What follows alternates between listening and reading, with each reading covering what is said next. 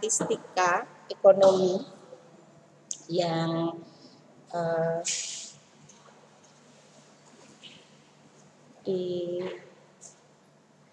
diagendakan untuk semester 4. Saudara semester 4 ya?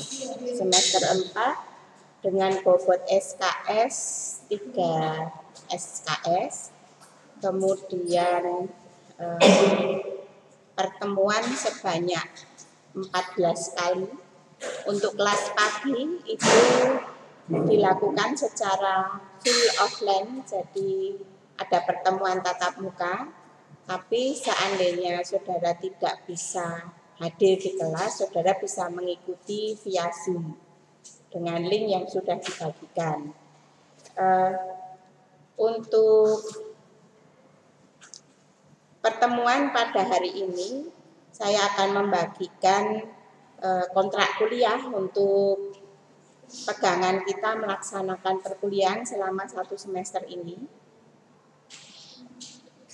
Yang pertama, capaian pembelajaran mata kuliah statistika ekonomi, yaitu diharapkan mahasiswa dapat menjelaskan, melakukan dan menggunakan dengan tepat metode statistik untuk menganalisis data empiris dalam pengambilan keputusan di bidang ekonomi.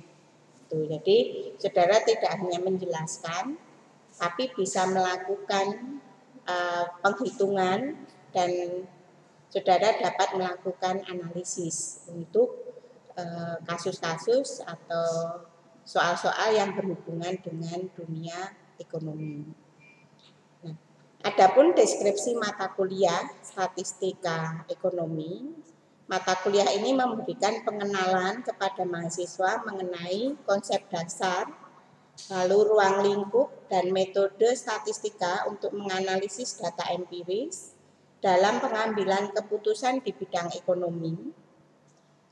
Mata kuliah ini merupakan mata kuliah yang mengandung muatan materi yang memberi mahasiswa kemampuan untuk menjelaskan pengertian, lalu ruang lingkup, peran dan fungsi statistika dalam kegiatan penelitian ilmiah. Selanjutnya mata kuliah ini mempelajari statistika secara mendasar, nanti meliputi tinjauan umum tentang statistika, statistika deskriptif yang meliputi penyajian data, ukuran pemusatan data, dan penyebaran data. Selanjutnya konsep dasar probabilitas, distribusi probabilitas yang meliputi distribusi binomial, distribusi Poisson, dan distribusi normal.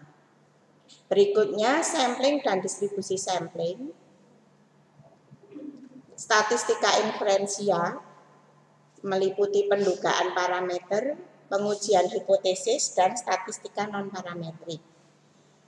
Selanjutnya regresi linier dan korelasi sederhana, analisis data berkala, dan yang terakhir adalah angka indeks. Mata kuliah ini bertujuan agar mahasiswa dapat menjelaskan serta dapat menerapkan statistika deskriptif dan statistika inferensial dalam mendukung analisis data. Ya, silakan duduk.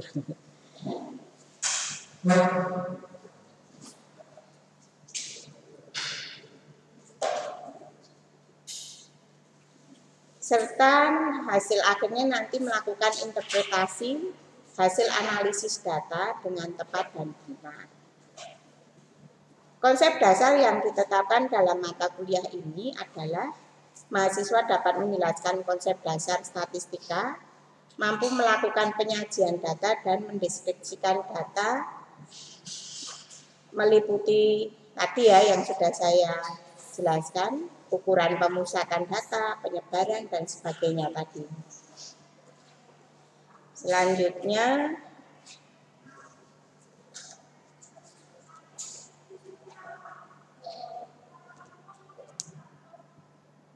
laptop saya agak rewel.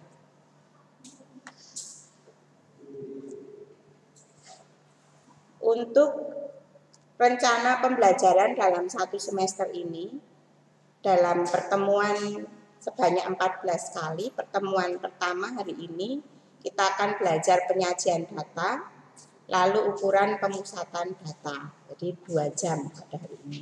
Kemudian karena tanggal 9 saya ada kegiatan, jadi yang kelas pagi tidak ada perkuliahan, sudah didobel hari ini ya.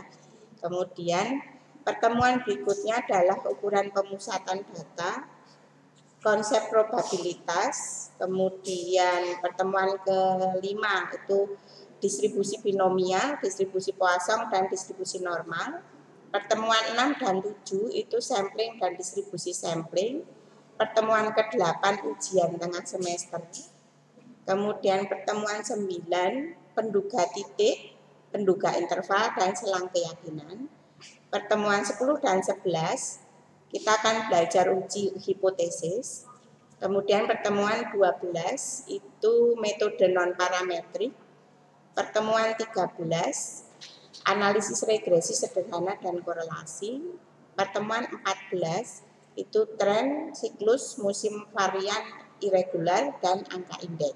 Itu materi yang akan kita gunakan. Kemudian pertemuan berikutnya adalah ujian akhir semester yang dijadwalkan oleh bidang akademik, gitu ya.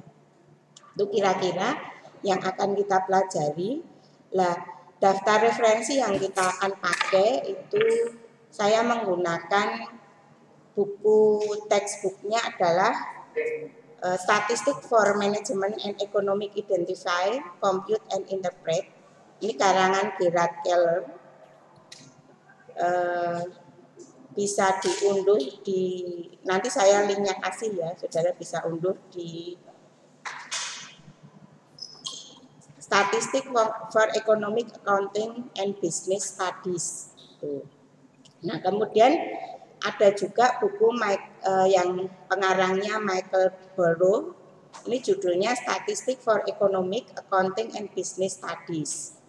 Untuk berikutnya dari Richard L. Levin dan David S. Rubin, ini Statistic for Management International Edition. Kemudian untuk yang bahasa Indonesia saya gunakan Budiono dan Wayan Koster, ini judulnya Teori dan Aplikasi Statistika dan Probabilitas. Lalu Ating Sumantri dan Sambas Ali Muhyiddin, Aplikasi Statistika dan Penelitian. Itu buku-buku yang akan kita gunakan. Kemudian untuk komponen penilaian, mari silakan.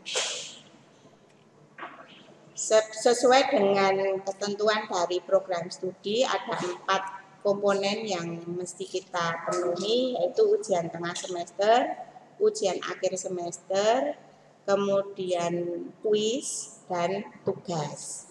Masing-masing bobotnya 25%. Tuh. Tugas dan keaktifan itu ya, tugas dan keaktifan 25%. Nah, saudara mungkin sudah bertemu saya waktu mata kuliah matematika itu ya, matematika semester lalu. Ya ada yang nilainya ada dapat A, ada yang amin, ada yang B+, ada yang B, tapi ada yang belum lulus. Tapi jangan berkecil hati, itu nanti saudara bisa mengulang semester ganjil lagi untuk ya perbaikan. Kemudian di kelas ini mungkin juga ada peserta yang pernah mengikuti, jadi sekarang semester 6 ada yang ngulang atau make up gitu ya. Ya kita belajar lagi supaya saya harapkan yang mengulang itu nilainya bertambah baik gitu ya. Jangan tetap atau turun gitu. Nanti ngulang lagi, saya sedih itu. Jadi saya harapkan yang perbaikan itu betul-betul nilainya maksimal. Tuh. Yang baru mengambil semester ini juga mari kita berjuang bersama. Nilai yang saudara peroleh itu adalah hasil kerja saudara. Saya hanya bertugas mengoreksi jawaban saudara dan menghitung capaian saudara. Gitu. Jadi ya itu hasil yang saudara, dan tentu saya menambah dengan keaktifan yang saudara lakukan itu ya, tugas beres itu pasti ada poin tambahan gitu ya. Oke. Saya akan, karena waktunya sangat cepat sekali bergeser, saya akan berikan materi yang pertama, yaitu penyajian data.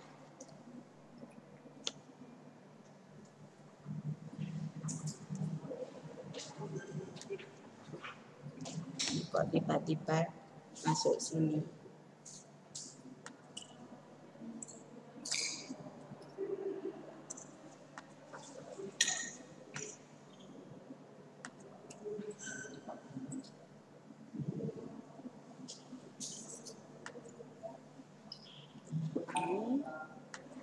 Penyajian data.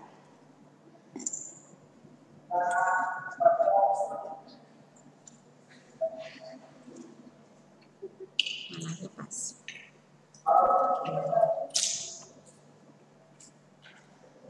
Untuk materi pertama, tujuan pembelajarannya adalah ini.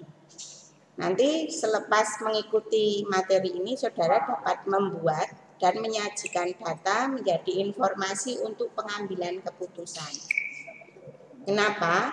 Karena biasanya data yang kita kumpulkan itu masih berupa data mentah yang bisa berupa simbol, kata, angka yang menyebar gitu ya. Nah itu nanti kita pilah-pilah, kita pilih, kita kelompokkan menjadi sebuah informasi yang mudah dibaca dan bisa dipakai untuk dasar pengambilan keputusan. Gitu. Nah, apa saja yang akan kita bahas? Ini kita akan melihat perbedaan sampel dan populasi, bagaimana kita dapat mengatur data, mengubah data menjadi informasi yang berguna, membangun dan menggunakan data larik, membangun dan menggunakan distribusi frekuensi relatif, dan distribusi kumulatif, membuat grafik distribusi frekuensi dengan histogram, poligon, dan objek. Selanjutnya membuat diagram lingkaran. Nah, yang ini membangun distribusi frekuensi, lalu membuat grafik, ini kita bisa lakukan dengan bantuan Excel. Tuh, nanti tampilannya akan lebih bagus. Nah, berikutnya untuk sampel dan populasi.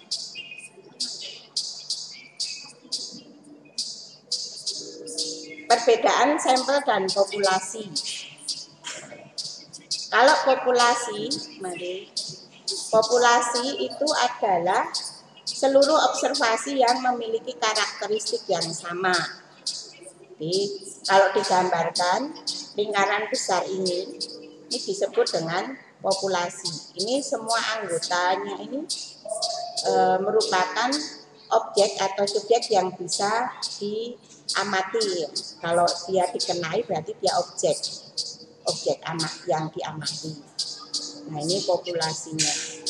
Kemudian bagian dari populasi ini misalnya 4 orang ini kita ambil untuk mewakili populasi, itu disebut sebagai sampel. Populasi dan sampel ini sangat penting di dalam statistika. Kenapa? Untuk penelitian seringkali kita dibatasi dengan waktu, tenaga, dan biaya. Sehingga kita tidak bisa mengamati seluruh populasi. Kita hanya melakukan penelitian terhadap anggota populasi itu yang kita sebut sebagai sampel tadi. Nah, hasil yang kita amati dari sampel itu akan kita gunakan untuk membuat kesimpulan populasi. Itu yang dipelajari dalam statistika induktif. Jadi kita membuat kesimpulan atas dasar sebagian untuk generalisasi, itu disebut dengan statistika inferensi itu ya, atau induktif itu. Nah, kalau statistika deskriptif bagiannya di mana? bagiannya adalah menyajikan ya gambaran populasi dan gambaran sampel.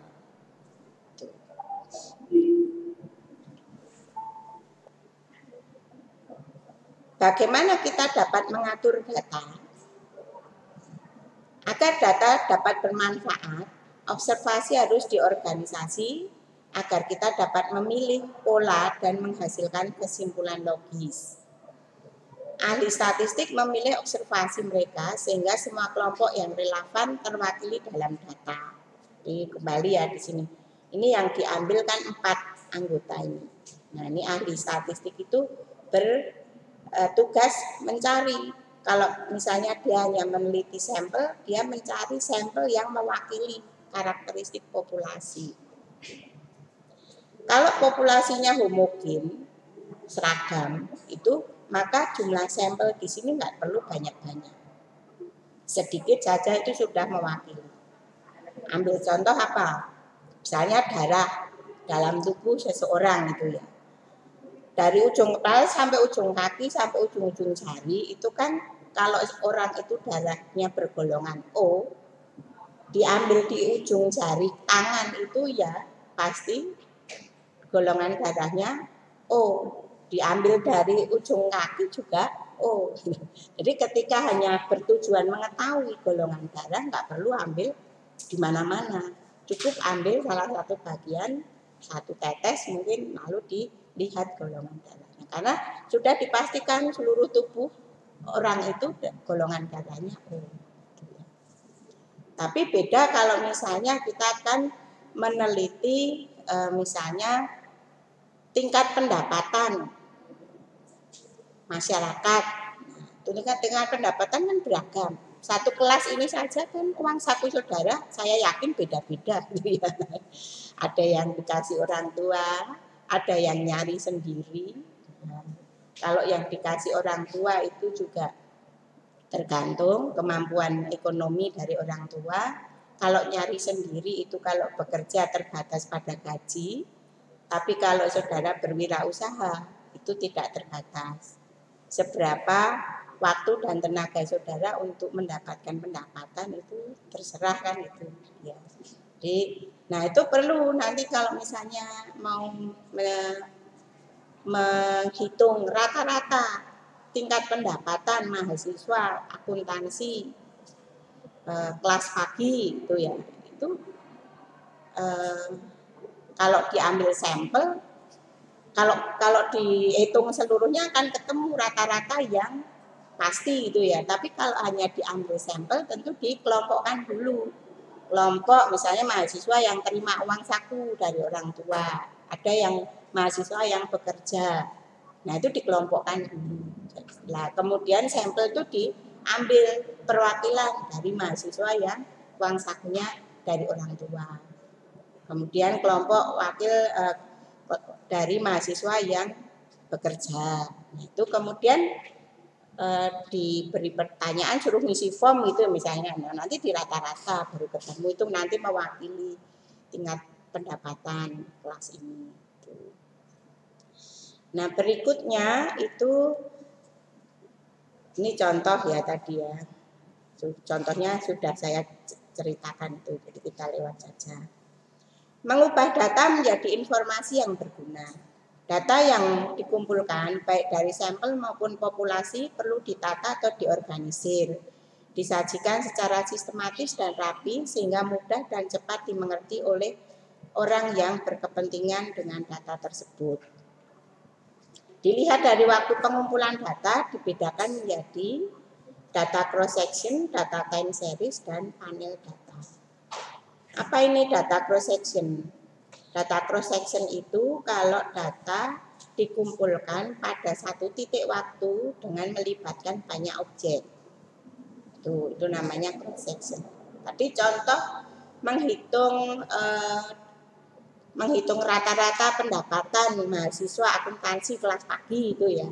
Nah, kapan periodenya? Misalnya semester genap 2021-2022. Nah, berarti kan sekarang populasinya adalah saudara, itu ya. Nah, nanti kalau penelitiannya sampel, nanti perwakilan tadi mahasiswa yang terima uang saku dari orang tua, mahasiswa yang bekerja. Itu misalnya. Nah, itu cross section. Nah, kalau time series itu data yang dikumpulkan untuk jangka waktu yang lebih dari satu periode, melibatkan satu objek. Misalnya saya neliti ketua kelas siapa? Hadir enggak? Utami. Yang menghubungi saya ketua kelas Utami. Yang mana? Apakah hadir? Tidak ada. Mungkin di Zoom ya.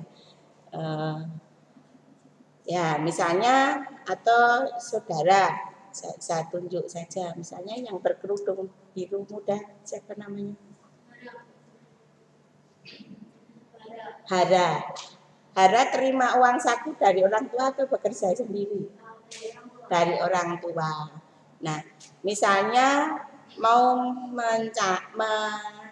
mencari data berapa sih uang saku yang Hara terima, tidak usah disebut ya. Nah, itu dilihat dari bulan ke bulan atau dari waktu ke waktu gitu ya. Misalnya periode bulan. Atau terimanya apa? Harian atau bulan? Oh, minggu. Nah, dari minggu pertama, minggu kedua, minggu ketiga, minggu keempat, dan seterusnya.